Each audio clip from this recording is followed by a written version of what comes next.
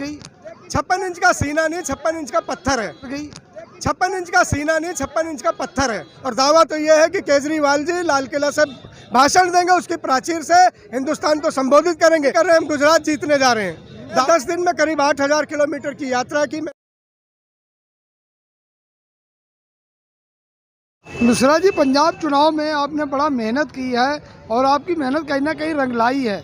मेहनत मान साहब की है, मेहनत केजरीवाल साहब की है, मेहनत वहाँ पर संदीप पाठक जी की है, तमाम टीम की है, और पंजाब की जनता की मेहनत है जो लूट कूट और झूठ की सरकार को बदलने को बेताब थी। ये केजरीवाल जी के नाम और मान साहब के चेहरे की जीत है, ये आवाम पंजाब की जीत है। मेरे जैसा अदना सा कार्यकर्ता तो बस इस बात में खुश होता है कि देश में क्रांति के नायक केजरीवाल की जय हो रही है, केजरीवाल की विजय हो रही है, और आम आदमी खुश होकर जा रहा है। बस इसी बात में मैं खुश हूँ। मेहनत पूरे पंजाब को है, सलाम पूरे पंजाब को है। जब वहाँ पर आप थे, लोगों में जा रहे थे, किस तरह से आपने डाइवर्ट किया लोगों को? मैंने कोशिश की, मेरे पास एक विशेष जिम्मेदारी थी और वो जिम्मेदारी बहुत बड़ी थी। मेरे नेताओं ने मुझ पर भरोसा किया और उस भरोसे पर खरा उतरने के लिए मैंने दिन रात मेहनत की। मैं 10 दिन में करीब 8000 किलोमीटर की यात्रा की। मैंने इतने लोगों से मिला जुला और मुझे लग रहा है कि जो सामूहिक प्रयास है, किसी एक वजह की बात से राजनीति में जीत नहीं होती। जब तमाम कारण एक साथ इकट्ठे होते हैं तब ऐसी प्रचंड सुनामी आती है। ये इतिहास बदला है साहब, ये जीत नहीं है। पंजाब जिसमें बादलों का परिवार हार गया, चन्नी चवन्नी साबित हो गए, सिद्धू चित हो गए और तमाम बड़े बड़े नेता, कैप्टन की कमान खिंच गई। ऐसे बड़े बड़े सूरमाओं की हार, आम आदमी की जीत। ये एक यलगार है, इंकलाब है, ये एक जिंदाबाद है और सिर्फ शुरुआत है। ये झांकी लाल किला तक जाके रुकेगी। गोवा का प्रयास आपका विफल रहा। विफल कैसे रहा? 40 सीटों में से 2 सीट और 20-15 में हम दूसरे या तीसरे नंबर पर हैं। इसे अगर आप विफलता मानते हैं तो सरकार बनाने का वहाँ भी दावा कर रहे थे। दावा तो हम ये भी कर रहे हैं, हम गुजरात जीतने जा रहे हैं। वो आज नहीं तो कल होगा, लेकिन पहले ही प्रयास में कोई बड़ा काम कर देगा। इसे विफलता और सफलता के पैमाने से नहीं देखना चाहिए। मिश्रा जी, एक सवाल आपसे। दिनसरे आज यहाँ धरना प्रदर्शन है, IMCD का चुनाव था, तारीख घोषित होनी थी और चुनाव आयोग ने जो है मना कर दिया, क्या कहेंगे इसके लिए? देखिए, ये समय के पर्दे से ढककर भ्रष्टाचार को छुपाने की जो बीजेपी की एक छटपटाहट, बौखलाहट और तानाशाही है, उस तानाशाही का जवाब देने के लिए आम आदमी के ये कार्यकर्ता और केजरीवाल जी के सिपाही आज सड़कों पर थे। हम संसद से लेकर सड़क तक घेराव करेंगे। लोकतंत्र जिंदा रहे, लोकतंत्र में आम आदमी की आवाज़ जिंदा रहे। और मैं कहता हूँ कि टुकड़े चाहे 36 कर दो, टुकड़ा टुकड़ा बोलेगा, इनकलाब बोलेगा। जिस तरह आप लोग कह रहे हो कि भाजपा डर गई है, उससे क्या समझा जाए? संदेश यही है कि अगर भाजपा डरती नहीं तो चुनाव आयोग को मुट्ठी में कैद नहीं करती। वो कहती कि चुनाव होंगे, चुनाव होने चाहिए, समय पे चुनाव होने चाहिए, ये भ्रष्टाचारी पार्षदों को जाना चाहिए। बीजेपी ने जो कीचड़ कर रखा है, इस कीचड़ को हटना चाहिए। कमल को मुरझा जाना चाहिए, सूख जाना चाहिए था, लेकिन कमल को एक बार फिर भ्रष्टाचार से सींचने के लिए बीजेपी ने एक चाल चली है। वो चाल कामयाब नहीं होने देंगे हम। जिस तरह चुनाव आयोग पर सवाल उठाए जा रहे हैं, क्या ये ठीक है?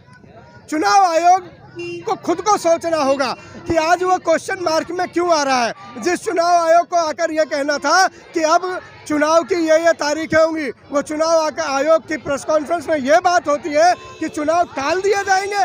ऐसा पहली बार स्वतंत्र भारत के इतिहास में हुआ है कि लोग चुनाव की तैयारियां कर रहे हैं और चुनाव आयोग चुनाव को ताले में बंद कर रहा है। ये चुनाव आयोग को स्वयं निर्णय करना होगा कि उस पर कीचड़ ना उछले, उसका नाम पाक साफ रहे।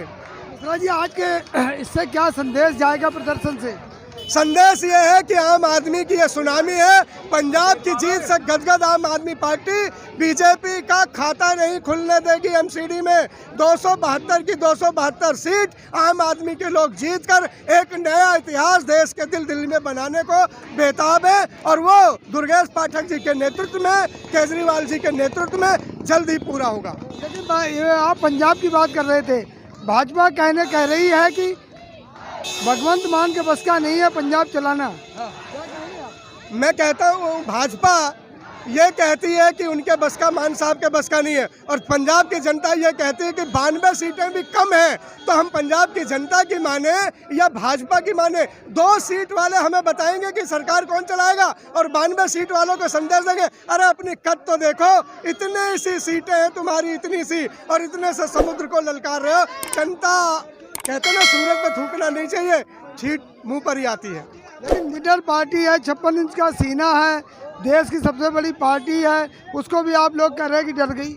56 इंच का सीना नहीं, 56 इंच का पत्थर है जो देश की छाती पर पड़ा हुआ है। इस पत्थर में महंगाई है, इस पत्थर में बेरोजगारी है, इस पत्थर में भ्रष्टाचार है, इस पत्थर में तानाशाही है, इस पत्थर में बौखलाहट, डर और खौफ है। ये खौफ जता होकर दूसरों को डराकर हमारा अधिकार नहीं छीन सकते। न आम आदमी का कार्यकर्ता डरा है, न हटा है, न भागा है, न भागेगा। हम लड़ना जानते हैं, हम जीतना जानते हैं। मिश्रा जी, जिस तरह से आपका सर्वे था कि हम 272 में से 250 सीटें लाएंगे, अगर चुनाव लेट होते हैं तो क्या कायम रहेगा? हमारा ये आंकड़ा और बढ़ेगा। अब हम 272 में से 272 ही करेंगे। ये वही केजरीवाल हैं जिन्होंने कांग्रेस को जीरो कर रखा 10 साल से। अब जीरो करण की बारी बीजेपी की है, और दिल्ली नहीं, गुजरात तक ये लहर जाएगी। क्या संदेश देंगे तमाम जनता को? संदेश यही है कि केजरीवाल का नेतृत्व, जो राजनीति की पाठशाला है, जो राजनीति के पुरोधा है, जो दिल्ली के श्रवण कुमार है, जो दिल्ली के लाल है, और जो भ्रष्टाचार का काल केजरीवाल है, जो हीरो है, जो बिजली का बिल जीरो कर देता है, आप उन्हें जिताएं, उनके साथ आए। आम आदमी की सरकार आम आदमी के सुखों के लिए बनाए, यही निवेदन है आपके माध्यम से।